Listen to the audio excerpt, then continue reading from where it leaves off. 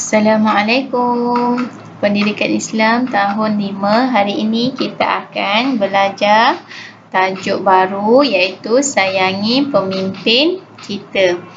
Murid-murid boleh tengok di halaman 38 hingga 44 di buku teks awak ya. Okey, sebagai panduan awak boleh buka buku teks awak muka surat 38 hingga 44. Okey, kita belajar tajuk pemimpin hari ini ya.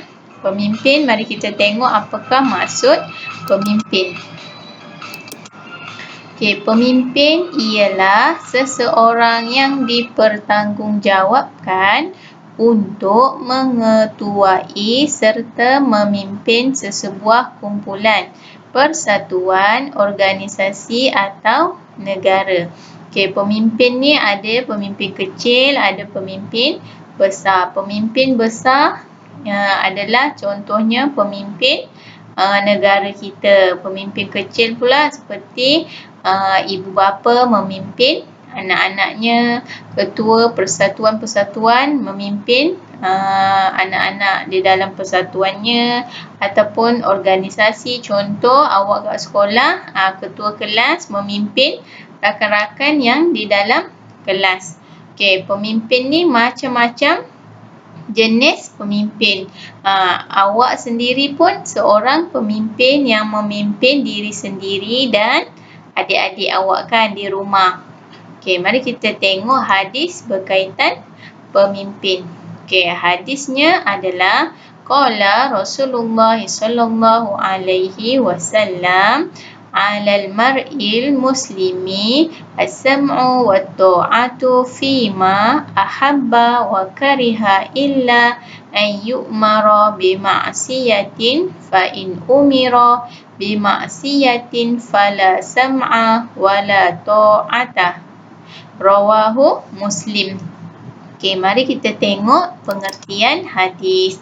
Maksudnya Rasulullah SAW telah bersabda, wajib ke atas seorang Muslim untuk mendengar dan mentaati kepada pemimpin dalam perkara yang dia suka dan dia benci, selagi dia tidak diperintahkan melakukan maksiat. Apabila dia diperintahkan melakukan maksiat, maka tiada kewajipan untuk mendengar dan mentaati. Maksudnya kita mesti mentaati pemimpin walaupun kita suka ataupun tidak. Kecuali bila pemimpin suruh kita melakukan maksiat, maka tidak wajib untuk kita taat kepada suruhan melakukan maksiat tersebut. Tetapi kalau dia suruh perkara yang tidak maksiat, maka kita wajib ikut. Okey, mari kita tengok kepentingan mentaati pemimpin. Okey, yang pertama, menetapkan keimanan kepada Allah. Maksudnya iman kita semakin tetap kepada Allah. Mengembangkan syiar Islam. Maksudnya Islam tu suruh kita supaya mengikut arahan pemimpin. Okey, seterusnya menjamin keamanan. Bila kita taat kepada pemimpin, maka aman damai negara kita. Mendapat keredaan Allah. Allah suka orang yang taat. Okey, mencapai wawasan negara disegani oleh negara lain. Negara lain tengok negara kita aman, maka disegani oleh mereka. Okey, cara mentaati pemimpin kita tengok ada 6 cara. Patuhi dalam perkara kebaikan. Maksudnya apabila seseorang menyuruh kita ke arah kebaikan, maka kita perlu patuh. Bersopan dan tidak meninggikan suara ketika berbicara dengannya. Contoh, pemimpin suruh sesuatu dan kita tidak suka. Jadi kita jangan lawan, kita kena berbicara dengan baik. Bekerjasama dan memberi sokongan kepada usaha kebaikan. Maksudnya saling membantu dalam usaha kebaikan. Okey, menasihatkan dengan cara yang baik. Okey, seorang pemimpin dia kena nasihat orang bawahan dia ataupun macam awak, adik awak kan. Nasihat dengan baik dan awak pun kena jadi seorang yang baik. Sentiasa mendoakan kebaikan. Kita sama-sama doakan kebaikan pemimpin kita. Contoh awak, ibu bapa awak memimpin awak kan. Doakan kebaikan ibu bapa. Menghargai jasanya. Macam murid semua, jasa ibu bapa awak perlu hargai. Sebab waktu sekarang mereka lah memimpin awak. Kita tengok seterusnya. Apakah akibat jika saya tidak mentaati pemimpin? Okey, tengok akibat kalau tak taat pada pemimpin. Bila di rumah, ibu bapa kita adalah pemimpin kita. Kalau kita tak taat, ibu bapa akan sedih. Hidup tidak bahagia. Ibu bapa dah sedih, kita nak bahagia. Macam mana tengok muka ibu bapa masam je, sedih je.